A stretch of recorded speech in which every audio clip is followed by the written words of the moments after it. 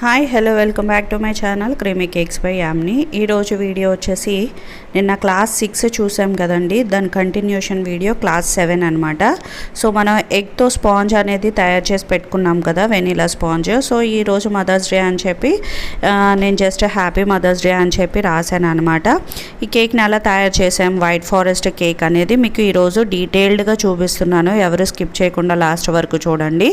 మొన్న మనం తయారు చేసుకున్న ఏదైతే స్పాంజ్ ఉందో, ఎగ్తో వెనీలా స్పాంజ్ చేసాం కదా, దాన్ని నేను ఇలాగా మొత్తం కంప్లీట్గా కూల్ డౌన్ అయిపోయిన తర్వాత క్లీన్ ర్యాప్ ఫాయిల్లో వేసి పక్కన స్టోర్ చేసుకున్నా, ఫ్రిడ్జ్లో పెట్టేసుకున్నాను. ఫ్రిడ్జ్లో పెట్టుకొని మనం ఎప్పుడైతే ఐసింగ్ చేస్తున్నామో ఒక హాఫ్ అన్ అవర్ ముందు మనం తీసి బయట పెట్టుకుంటే అది నార్మల్ రూమ్ టెంపరేచర్కి అయితే వచ్చేస్తుంది. సో ఇప్పుడు దీన్ని నేను 3 స్లైసెస్గా అయితే కట్ చేసుకుంటున్నాను. మీరు కటింగ్ కూడా ఒకసారి చూపించండి అని అంటే నేను డీటెయిల్డ్ వీడియో మీకు ఒకటి షార్ట్ వీడియో అయినా సరే నీట్గా చూపించి వేస్తానన్నమాట. అండ్ ఇప్పుడు షుగర్ సిరప్ కూడా నీట్గా అప్లై చేసుకోవాలంటే అన్ని మూలల్లోకి షుగర్ సిరప్ అనేది చక్కగా వెళ్ళాలి.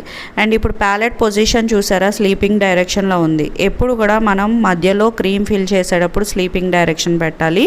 అండ్ అలాగే అది సైడ్స్కి వెళ్ళినప్పుడు స్టాండింగ్ పొజిషన్లో పెట్టాలి. అండ్ మధ్యలో క్రీమ్ని లోపలికి లాగేటప్పుడు స్లాండింగ్ పొజిషన్. ఈ 3 పొజిషన్స్ మీరు పాటిస్తే చాలన్నమాట. ఇది వచ్చేసి వైట్ ఫారెస్ట్ కేక్ అని చెప్పాను కదా ఫ్రెండ్స్. మోస్ట్లీ మనకి వైట్ ఫారెస్ట్ కేక్ చెయ్యాలి అని అంటే మనం వెనీలా స్పాంజ్ అనేది తీసుకోవాలి. ఎయిదర్ ఎగ్ అయినా ఎగ్లెస్ అయినా ఏదైనా సరే.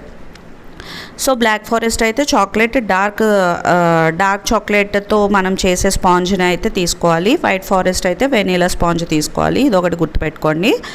వైట్ ఫారెస్ట్ కాబట్టి ఇక్కడ వైట్ కాంపౌండ్ చాక్లెట్ని మనం గ్రేటర్తో గ్రేట్ చేసుకొని ఆ డస్ట్ పార్టికల్స్ని మనం ఇక్కడ యాడ్ చేస్తూ వెళ్తాం అన్నమాట.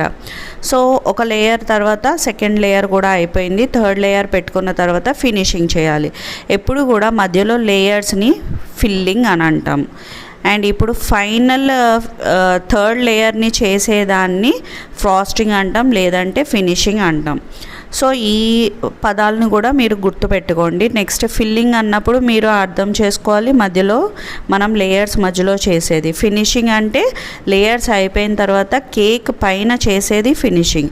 సో ఇదొకటి అబ్జర్వ్ చేయండి. అండ్ ఇప్పుడు క్రమ్ కోట్ కూడా వెంటనే చేసేస్తున్నాను చూసారా. సో ఈ పద్ధతి కూడా నేను ఆల్రెడీ మీకు లాస్ట్ వీడియోస్లో చూపించాను. అండ్ ఎవరైతే ఫ్రెష్గా క్లాసెస్ మాత్రమే చూస్తున్నారో వాళ్ళకి మళ్ళీ చెప్తున్నాను చూడండి. మనం క్రమ్ కోట్ చేసేటప్పుడు ఎక్కువ క్రీమ్ని ఫినిషింగ్ కోసం టాప్ లేయర్లో తీసుకుంటే అది ఎక్సెస్ క్రీమ్ని బయటికి వదిలేస్తుంది. అదే క్రీమ్తో మనం క్రమ్ కోట్ అయితే చేసుకున్నాం. ఇప్పుడు సైడ్స్లో కూడా క్రీమ్ కొంచెంగా తీసుకొని అప్లై చేసుకుంటూ వెళ్ళాలి.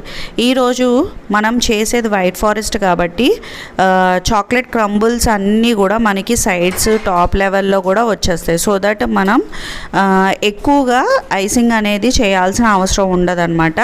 కొంచెం తక్కువగానే ఐసింగ్ చేసుకోండి. అదే నార్మల్ మనం క్రీమ్ పైన ఫ్లవర్స్ కానీ అలాంటివి ఏమన్నా నోజల్ వర్క్ చేయాలి అని అనుకుంటే మనం క్రీమ్ కొంచెం ఎక్కువగా తీసుకొని ఫినిషింగ్ అనేది చేయాలి.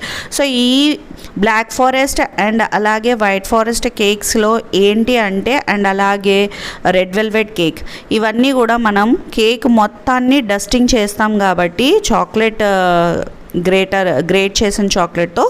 సో మనకి క్రీమ్ అనేది చాలా తక్కువగా వెళ్తుందన్నమాట. ఫైనల్గా మన ఫినిషింగ్ అయితే అయిపోయిన తర్వాత కేక్ బోర్డు మీద ఉన్న ఎక్సెస్ క్రీమ్ని నీట్గా మనం టిష్యూస్తో తుడిచేసుకోవాలి. ఎప్పుడు కూడా తుడుచుకున్న తర్వాత ఇట్లాగా మనం గ్రేట్ చేసిన వైట్ చాక్లెట్ కాంపౌండ్ని గ్రేట్ చేసి పెట్టుకున్నాం కదా, దీన్ని కూడా కేక్ చుట్టూరు వేసేసుకోవాలి. ఇక్కడ ఫ్రెండ్స్ యాక్చువల్లీ సైడ్స్ ముందు ఫిల్ చేసుకున్న తర్వాత పైన మీరు ఫిల్ చేసుకోవద్దు. ఇక్కడ నేను మీకు ఒక లెసన్ కింద ఉంటుందని పైన కూడా ఫిల్ చేసి చూపిస్తున్నాను ఈ వీడియోలో. సో అలా ఫిల్ చేయడం వల్ల ఏమవుతుంది అనేది కూడా మీకు డీటెయిల్డ్గా ఎక్స్ప్లెయిన్ చేస్తాను చూడండి. ఇప్పుడైతే నేను పైన కూడా వేసేసాను కదా.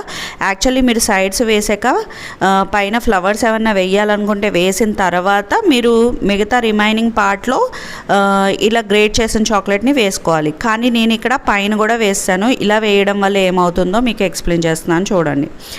ఇప్పుడు ఎక్సెస్ ఉన్నదంతా తీసిన తర్వాత నోజల్ వర్క్ చేసేటప్పుడు ఇలాంటివి గ్రేట్ చేసి వేసినప్పుడు చూసారా ఫ్లవర్ అనేది ఎలాగ పైకి వచ్చేస్తుందో చూసారా.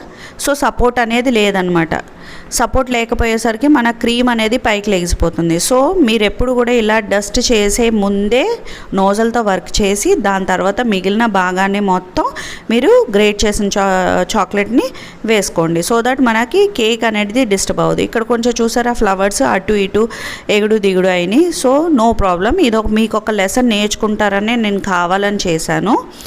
సో అండ్ అలాగే పింక్ కలర్ నా దగ్గర ఉంటే దాంతో వేశాను. అండ్ ఇంకొక టిప్ ఫ్రెండ్స్, ఎప్పుడు కూడా మనం ఇలా డస్ట్ చేసిన కేక్స్కి దానికి ఆనిస్తూ నోజల్ వర్క్ చేయకూడదు. కొంచెం బోర్డు మీదకి నోజల్ వర్క్ చేయండి. ఎందుకంటే ఆల్రెడీ మీరు టాప్లో చూసారు కదా ఏమైందో, ఆ డస్ట్ పార్టికల్స్కి అంటుకుంటే క్రీమ్ అనేది విడిపోతుంది. Finally happy mother's day. ఈరోజు వీడియో చేశాను కాబట్టి హ్యాపీ మదర్స్ డే అని చెప్పి రాసుకున్నా. ఫైనల్లీ మన కేక్ అయితే రెడీ అయిపోయింది. ఫస్ట్ ఐసింగ్ కేక్ మన క్లాసెస్లో. అండ్ మీకు ఇది ఆల్మోస్ట్ 1.5 అవర్ నుంచి 2 గంటలు దీనికి రెస్ట్ ఇవ్వాలి. రెస్ట్ ఇచ్చిన తర్వాత కట్ చేసి చూపిస్తున్నాను చూడండి. లేయర్స్ అయితే చాలా పర్ఫెక్ట్గా వచ్చాయి. అండ్ టేస్ట్ వైజ్ కూడా చాలా బాగుంది. మేమైతే టేస్ట్ చేసాము. మీరు కూడా ట్రై చేయండి. ట్రై చేసి ఎలా వచ్చింది అనేది కమెంట్ సెక్షన్లో, అలాగే మీరు నాకు పర్సనల్గా కూడా పంపించండి. సో దట్ నేను కమ్యూనిటీలో పోస్ట్ చేస్తాను. మీలాంటి వాళ్ళని చూసి మరింత మంది మోటివేట్ అవుతారు.